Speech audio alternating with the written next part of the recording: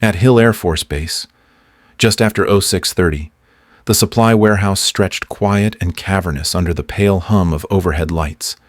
Master Sergeant Elena Brooks moved between tall racks of crated equipment, clipboard in hand, every step measured and soundless on the polished concrete floor.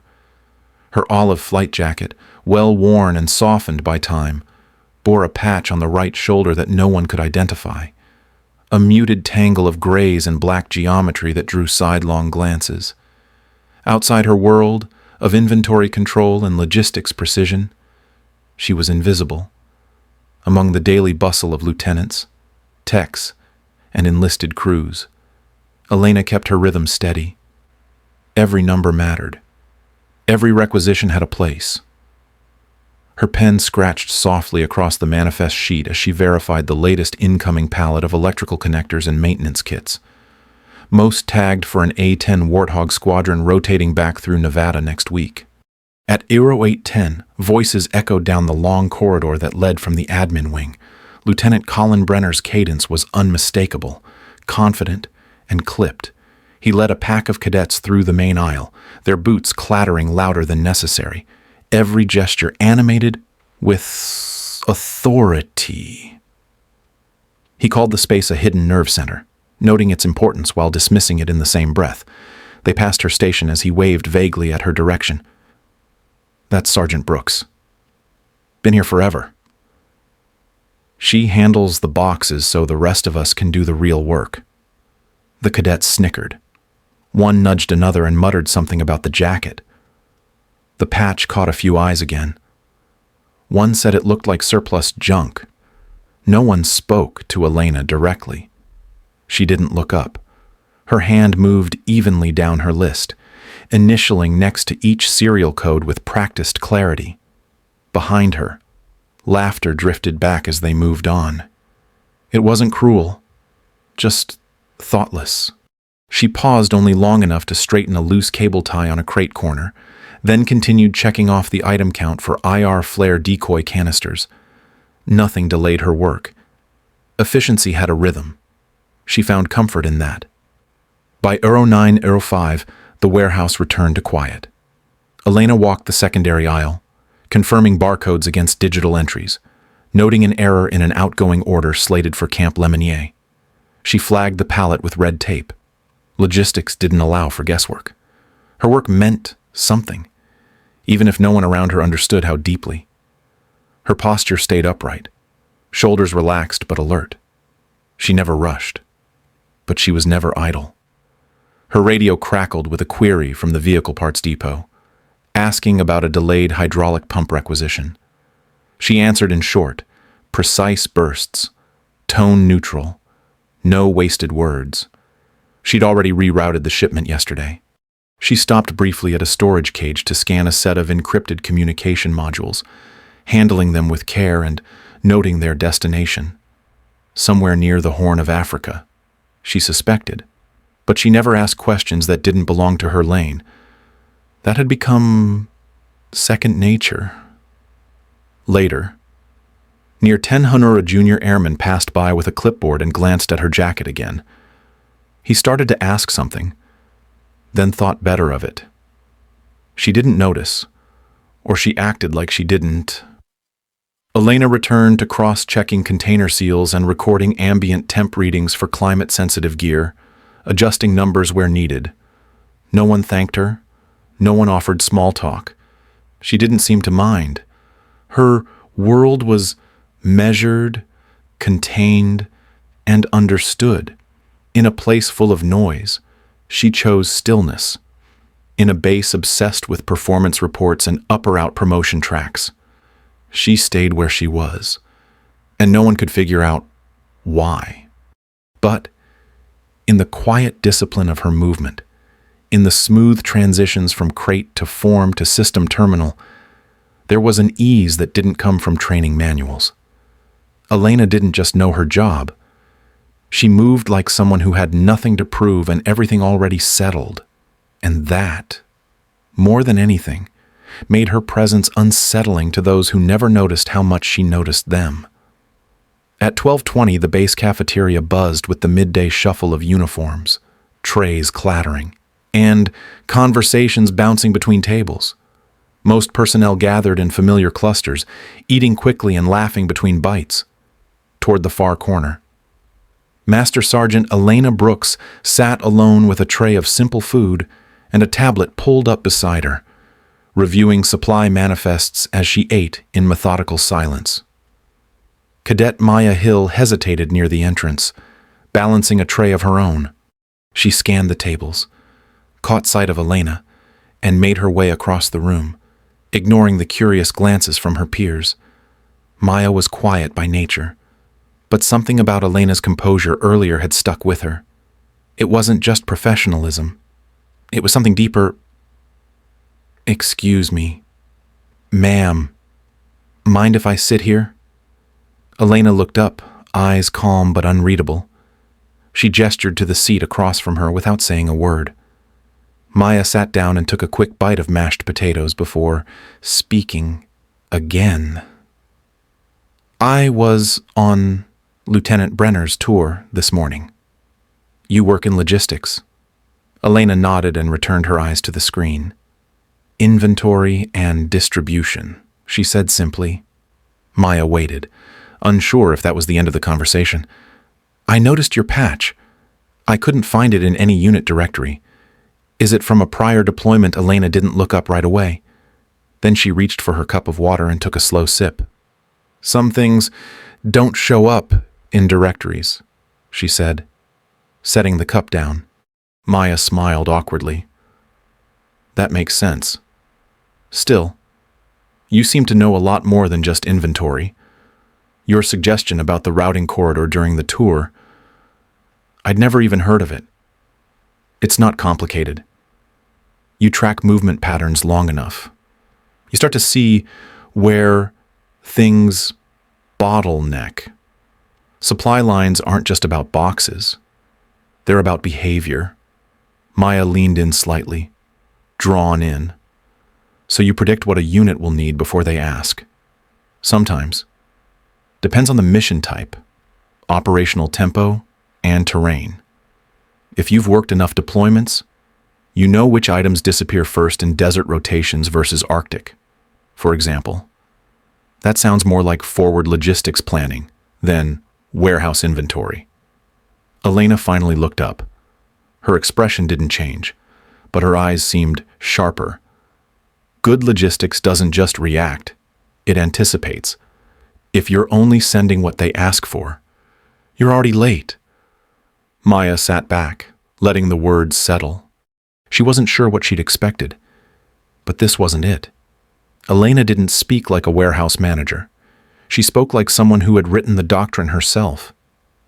"Did you serve in combat zones?" "Everyone serves somewhere." "I've moved a lot." Maya studied the patch again, now less curious about its design than what it might have meant. She wanted to ask directly, but something told her not to. Elena wasn't hiding. She was just choosing not to explain. "I hope to commission into intel logistics. Maybe even strategic operations. If I'm lucky." Elena gave the smallest nod of acknowledgement. "Then learn the quiet things. Numbers are louder than chatter. Learn what people discard, not just what they request. That's not in the training materials. It never is." At 12:43, the overhead speakers announced the next training rotation for cadets, and Maya glanced up. Her time was almost over, but she stayed another moment, watching as Elena returned to her tablet. Her hands moved with the same deliberate control Maya had seen that morning. Everything about her was precise, not rushed, not anxious, just steady. "Thank you, Sergeant, for letting me sit." Elena didn't answer right away. Then she looked up and said, "You asked with respect. That's rare." As Maya stood and turned to leave, one of the cadets from her group caught her eye from across the room. He raised an eyebrow, clearly wondering why she had bothered. She ignored him. Something told her that patch meant more than any of them could guess. She didn't have proof. Not yet. but she trusted her instinct. And her instinct said that Master Sergeant Elena Brooks wasn't who anyone thought she was. At 16:05, the command center at Hill Air Force Base buzzed with urgency. A logistics alert flashed across the primary display: urgent delivery required to a forward operating base in northern Iraq. The request involved a specialized electro-optical targeting sensor, equipment so sensitive it bypassed standard requisition. The timeline was tight: 48 hours. Delay could compromise an active reconnaissance mission already in motion. Colonel Madison, the logistics director, stood over the digital map, flanked by Lieutenant Brenner and 2 operations planners. Brenner tapped a route line on the display, tracing from Hill AFB to Ramstein in Germany, then forward via Kuwait and into Iraq. Estimated delivery 72 hours. This is the fastest route under current movement protocols, Brenner said confidently. C-17 availability aligns with a scheduled maintenance part drop. Customs will clear at Ramstein. Elena Brooks stood a few paces behind the group, summoned only to confirm current inventory and movement availability. She had already done that in under a minute. Now she waited. Quiet. Arms folded loosely. Colonel Madison glanced at her. "You've confirmed we have the package in-house." "Yes, sir." "In Secure Bay 3? Ready for transport?" "Good. Then we just need to initiate the Ramstein channel and alert that route won't work," Elena said evenly. The room stilled. Brenner turned slightly. "Excuse me." She took a step closer, her tone steady. "The Ramstein corridor routes through northern Syria. That corridor's been restricted since 1420 yesterday due to recent escalation near the Manbij area. UAV activity triggered localized anti-air threats from non-state actors. Clearance delays through Turkish airspace are stacking up." Madison narrowed his eyes. "How do you know that it was flagged in CENTCOM's open-source daily brief?" "Satellite intel via NIPR-net showed the heat signatures. Even the unclassified feed had the vector changes marked." Brenner crossed his arms. "That's not in the logistics distribution updates. Nothing official came down this morning. They'll issue it by 18 Azuriro. But by then, you'll already have the load sitting in Frankfurt. Customs there won't clear the manifest without secondary routing. You'll lose 24 hours minimum." Colonel Madison tapped a control pad, pulling up airspace overlays. He entered the region manually and waited as the system rendered recent flight vector anomalies. A heat map flickered over Syria's northern edge. Elena's assessment was accurate. He glanced at her again. "This information is public open source, non-classified tier. Anyone can access it if they know where to look." The ops planner beside him frowned. "Why haven't we been integrating that?" "Because most people don't." Elena didn't add more. She stepped back, letting the silence speak. Her delivery had been calm, surgical. There was no judgment in her voice, just clarity. And in that moment, the room recalibrated its view of her. Brenner looked down, then back at the map. "Well, then we'll need a new option. But nothing's been cleared for that range except—" "Let's talk about that," Elena said, already turning toward the operations panel. Her voice didn't push. It invited, and the officers, without realizing it, followed. Elena moved to the side console and brought up the CENTCOM transport overlay. The main screen displayed active mobility corridors across the region. She tapped the Gulf region and zoomed in on a node marked Al Dhafra Air Base in the United Arab Emirates. "We have 2 C-17s scheduled for refueling and crew rotation out of Al Dhafra tonight at 22:40 local. They're empty on return leg to Qatar. If we initiate a direct loadout and coordinate with the 816th Expeditionary Airlift Squadron, we can piggyback the equipment via priority override." Lieutenant Brenner raised an eyebrow. "That's not a primary routing protocol." "No," Elena said. "It's an adaptive routing trigger based on regional threat conditions and equipment urgency. It's written into Air Mobility Command's contingency doctrine. Most people don't use it because it requires cross-unit coordination." Colonel Madison stepped closer to the display. The sensor package is listed as priority grade under ISR support. Correct, Elena nodded. The requesting unit flagged it under mission critical for ELINT interception in Nineveh. If they don't have it in time, they'll stand down. There's no redundancy in their kit. Brenner folded his arms. Even if Al-Dhafra accepts the override, you'd still need clearance to move into Iraq from UAE airspace. That's not standard. It is, if we partner with the Royal Air Force crews embedded on the same airfield. They've been running joint sorties with our ISR wing out of Al Udeid. The clearance exists under mutual defense operations. I've seen the manifests. The room stayed quiet. Madison looked over at the comms officer and gave a nod. Make the call. If her data holds, I want confirmation within the hour. Brenner didn't move.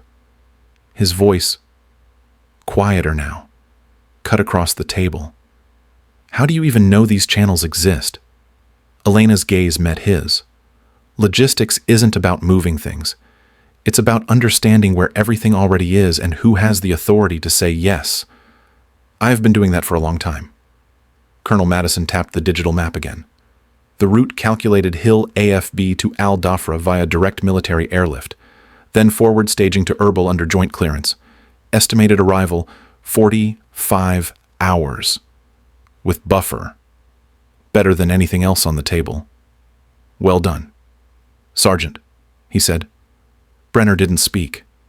He looked back at the projection, then at Elena, as if trying to fit what he knew about her into the new shape forming in front of him.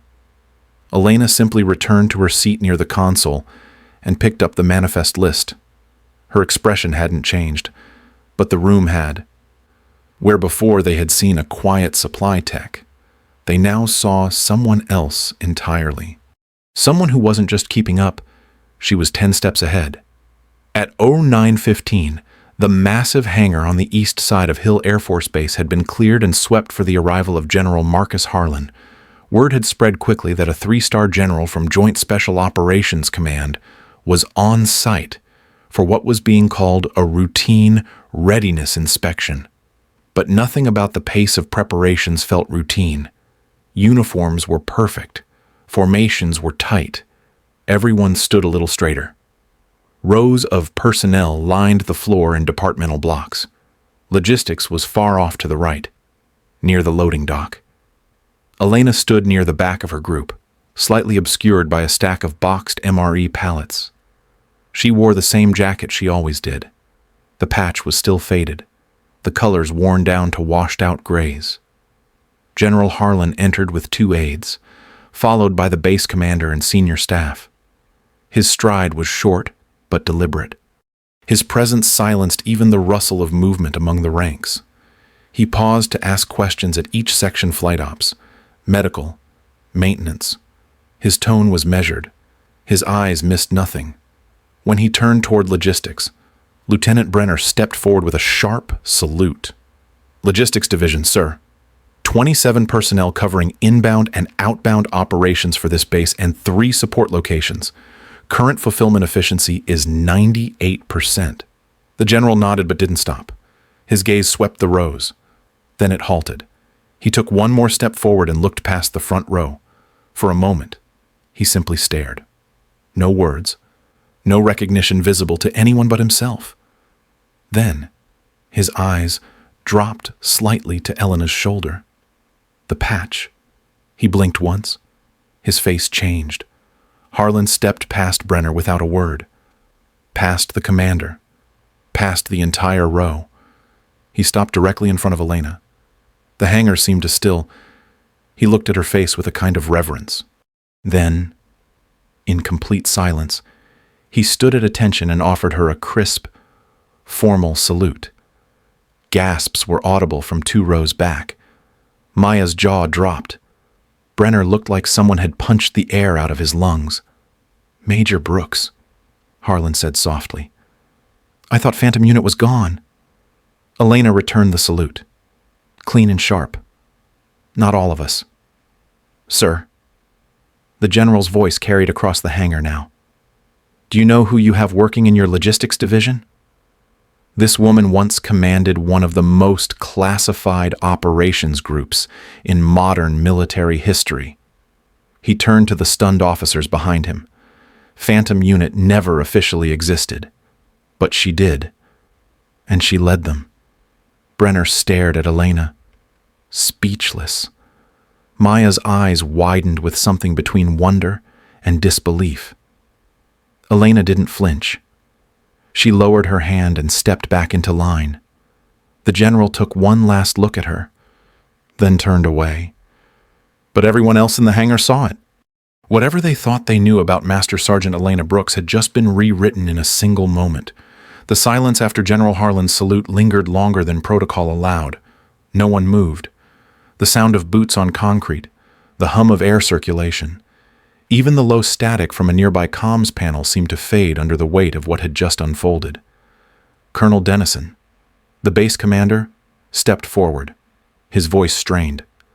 "Sir, I wasn't aware you weren't meant to be," Harlan said, his tone even. Phantom Unit was disbanded years ago. Their records were scrubbed from every known channel. They were never here. They never wore uniforms. But they changed the outcome of conflicts we still don't publicly acknowledge. He didn't look at Elena again. He didn't need to. Maya stood near the end of the logistics row, her breath shallow, her eyes locked on Elena, trying to reconcile the quiet woman who triple-checked shipments with the idea of a covert unit commander. She remembered the way Elena handled data, the clarity of her language, the precision. None of it seemed accidental now. Lieutenant Brenner shifted uncomfortably beside the commander, unsure whether to stand at ease or pretend he hadn't spent the last week mocking the person standing in front of him. He glanced toward Elena, but she didn't look back. Elena remained still, hands behind her back, expression neutral. But inside, something turned. Hearing the name Phantom Unit, spoken aloud after so many years, hit like a low-impact detonation. It didn't knock her down. It just shifted the ground beneath her. Harlan addressed the assembly without turning around. "The work you do here matters. But never make the mistake of assuming what's visible defines value. Some of the most capable people I've ever served with preferred the quiet corners of the room." He let that hang, then gave a brief nod to the commander. "Carry on." The inspection resumed. The group moved on. Officers followed the general, snapping back to formation with delayed reflexes. A dozen sets of eyes remained on Elena, even as their bodies faced forward. By 10:04, the hangar began to empty. Maya didn't approach, but she didn't walk away either. She watched as Elena turned and walked toward the exit. Her posture unchanged, but her shadow now cast differently in everyone's mind. Elena felt it too. Not the stares, but the shift, the cost of being seen again, and the truth that no matter how long you stay quiet, some ghosts don't stay buried. At 21:37, alarms blared across Hill Air Force Base. Red strobes lit up the main corridors as the security net tripped multiple breach warnings. The operations center confirmed a cyber intrusion targeting the base's comms relay. Simultaneously, perimeter sensors flagged movement along the western fence. The timing wasn't random. Inside the command center, General Harlan moved fast. Reports came in fractured systems crashing, comms intermittently failing, security cams looping feed, a coordinated breach, not amateur work. "This isn't a random attack," Harlan said quietly. He turned to Elena. "You recognize this." Elena studied the patterns on the screen. The overlapping triggers, the timing between the network disruption and the physical intrusion. Yes, this was phantom doctrine. Layered confusion. Precision movement. Mask the real objective behind staged chaos. "You're taking command of internal defense." "Immediate." Colonel Dennison hesitated. "Sir, she's not." "She is," Harlan said. "And you're not equipped for what's coming." Elena didn't waste time. I need a 4-person mobile response team, minimum footprint, mobility over force. She turned and scanned the room. Sergeant Raul Torres, Armory NCO, 12 years in QRF.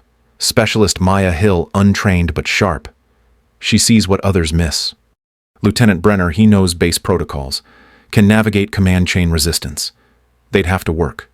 We'll need suppressed sidearms, tactical comms, and thermal vision optics. Assign access codes to secure corridors and bypass hall-level lockdowns. Elena said, "Get me control of door sequencing from ops, not security. I want routes locked in real time." Sergeant Torres arrived at the loading bay, already strapping on a tactical vest. "You need firepower. I'm your guy." "I need judgment more than firepower," Elena replied. "You keep them alive. That's your job." Maya arrived still in her cadet uniform, wide-eyed but determined. She started to speak, but Elena cut her off. "You're my eyes. Anything out of place? You speak up, even if it seems irrelevant?"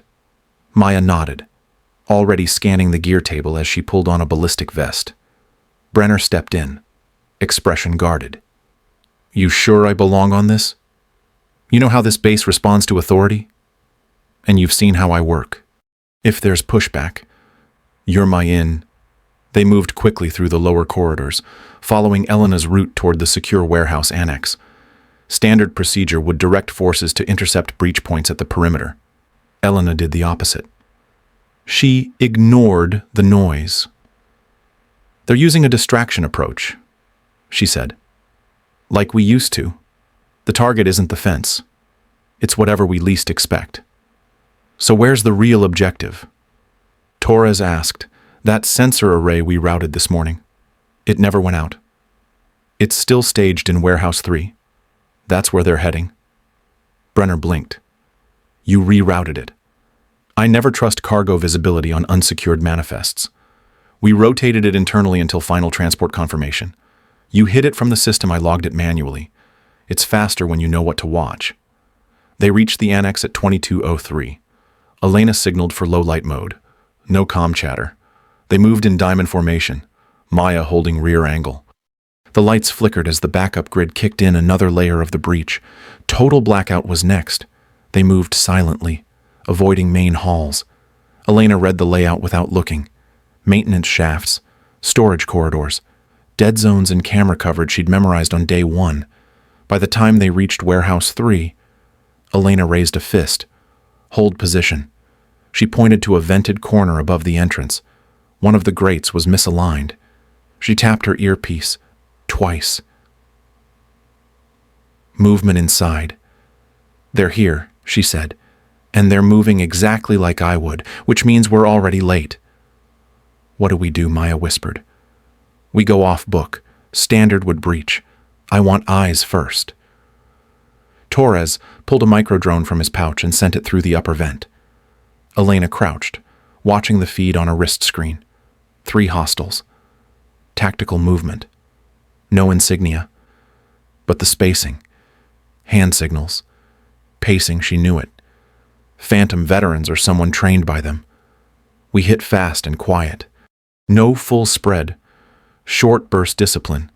They move like us, so they'll expect us to think like them. "What's that mean?" Brenner asked.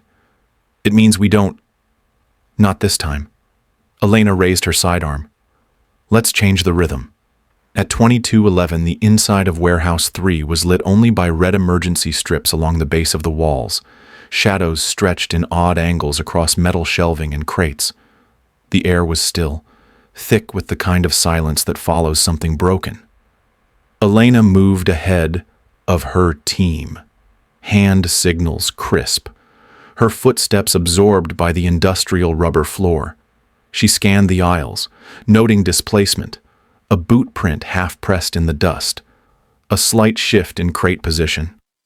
Nothing obvious. But to someone trained, it screamed entry. She raised her sidearm and slipped into a side aisle. One figure crouched near a transit crate, distracted, too exposed. She approached silently. A sharp pivot, an elbow to the jaw, and she dropped him without firing. He hit the ground with a dull thud. No sound from the others. They hadn't noticed. Torres moved to secure the downed man. Maya and Brenner covered flank. Elena pressed deeper. Her eyes adjusted faster than her breath. In the far corner of the warehouse, a man stepped forward into the dim red wash of the emergency lights. He didn't raise his weapon. He just stood there, hands loose by his sides, face half-shadowed. She stopped 10 feet away. Silas. His voice was quieter than she remembered. I wondered if you'd still recognize me. You're supposed to be dead. Yeah, you too. Neither of them moved. Behind her, Maya froze in place. Torres held back. No one gave orders. No one made a sound. You breached a U.S. base. You jammed systems. You took down our perimeter. Why? He glanced to the side. Because the people who buried us are still pulling strings. And we needed proof. So, you came back to finish what to find out if you were still on their side. Elena tightened her grip on the weapon, but she didn't raise it. The memories didn't flood back. They filtered slowly. The dry heat of Theros, the final radio call that never came, Silas yelling over the comms, then silence. We were burned, she said. I thought you died in the collapse. They let us think each other was gone. He took a slow breath. They left us in that canyon to keep the story clean. Elena's jaw clenched. This isn't the way. No, but it got your attention. Behind her, Brenner shifted. Ma'am, hold. Silas tilted his head. You really buried it deep. Logistics. That was the point. You disappeared better than any of us. It was supposed to stay buried. He looked at her patch. Then, back at her face. You still carry it. Even if it fades. She didn't answer. They'll come for you now, Silas said. You know that. The moment your name shows up on a report, someone's going to start asking where the rest of us went. I didn't ask for this, but you answered it. That counts for something. A pause. Then Silas slowly lowered his weapon to the floor. No sudden moves, no signals. Just a man no longer willing to aim at someone he once trusted. Torres moved forward, zip ties in hand. No, Elena said quietly. Ma'am, not yet. Silas didn't blink. That's the officer I remember, and you're still the same. Just quieter. Only when I'm losing. They stood in that breathless distance a moment longer. Not enemies, not allies. Just two shadows trying to find where the light had gone. At 22:24 inside the now secured warehouse, the air felt heavier than before. The tension had shifted. No longer a firefight waiting to happen, but a reckoning that no one had expected. Elena stood near the prototype container, its black carbon casing still locked, untouched. Silas sat on a crate, wrists free, but watched closely by Torres. She kept her voice level. Start talking. Why this? Why? Now. Silas leaned forward, elbows on his knees. Theros was never about enemy weapons caches. It was a retrieval mission. Israeli-manufactured targeting tech had gone dark, vanished during a joint op. We were sent to pull it out. Elena didn't blink. We weren't told that. Exactly. You thought it was a deny access hit on a tunnel network. But we were walking into a layered op already compromised. We weren't the first team in, just the ones they didn't mind losing. She stared at him. You're saying Command used us as cover. They needed deniability. You and I, our unit, were invisible by design. So when things went sideways, they let it burn. Elena stepped back, her hand brushing the crate behind her. This prototype. It's the same tech. Silas nodded. Not just similar. It's the next-gen version. Same signature architecture. Some of the design markings are identical to the unit we were after in Theros. That thing you saved this morning? It's proof. At 22, 26. The warehouse doors opened. General Harlan entered with 2 security officers in tow. He stopped a few steps inside, reading the scene instantly. "General," Elena said, "this mission Theros. He says it was a recovery op, Israeli tech. Is that true?" Harlan's expression didn't change. "It's more complicated than that. Answer the question." "Yes, it was a retrieval, but your operational tier didn't have that level of clearance. Neither did I at the time. It was compartmentalized. We were disavowed," Elena said. "Left for dead." Harlan looked at Silas, then back at her. The program was being buried. Ghost Unit had seen too much. You were effective, but you made people nervous, especially after the Kabul intercept. And now, you're rebuilding. He exhaled. Parts of the intelligence community are split. Some want this tech returned to its origin. Others see strategic value in keeping it buried. That breach tonight. That was one of those factions trying to reclaim control. "So what are we now?" Elena asked. "Evidence. You're something more dangerous. Proof that the story isn't over." Maya stood off to the side, quiet, absorbing everything. Torres shifted his stance but said nothing. Brenner looked between them all, realizing he'd walked into a world that had never been on the books. Silas stood slowly. "I didn't come back to fight. I came to make sure someone still remembered what we were." Elena looked at the prototype, then at Harlan. "This ends tonight. Or it all comes out." Harlan gave a small nod. "You have leverage now. Use it wisely." And for the first time in years, Elena realized they hadn't failed. They had been buried on purpose. But now, the ground was shifting. And she was ready. At 23:58, the breach was contained. Security teams swept the perimeter, confirming no remaining hostiles. Systems came back online, one relay at a time. The lights in the warehouse steadied. The prototype was secured, tagged, and relocated under direct oversight. The adrenaline faded, but something else took its place. In the quiet that followed, General Harlan approached Elena with no ceremony. He handed her a personnel folder, thin, but stamped with a clearance she hadn't seen in years. "If you choose to come back, you won't be doing it alone. Phantom Unit is being reactivated. Off the record. For now. But real." Elena opened the folder. Her name was printed at the top. Below it, the word reinstated. No title. No rank. Just a line operational command, task element 7. Harlan added, "I've already approved your recommendations. Torres is in. Brenner, 2. And Specialist Hill, if you think she's ready." Elena glanced toward Maya, standing just outside the warehouse doors, hands at her sides. She was watching, but not interrupting. The cadet had never asked for more, never reached beyond her place, but she had followed through, and that meant something. "She's not trained," Elena said. "Neither were you once," Harlan replied. Later, back in her quarters, Elena sat alone. The room looked smaller now, not for lack of space, but because it no longer held what she needed. On her cot, the old jacket lay folded. The fabric was worn thin, the edges frayed. She traced the faded patch with her fingertips one last time before folding it carefully and placing it in the footlocker. From the wall locker, she pulled out a new jacket, crisp, regulation cut, a fresh patch sewn to the shoulder. The Phantom insignia, clear, unmistakable. At 01:02, she stepped into the corridor. No one said anything.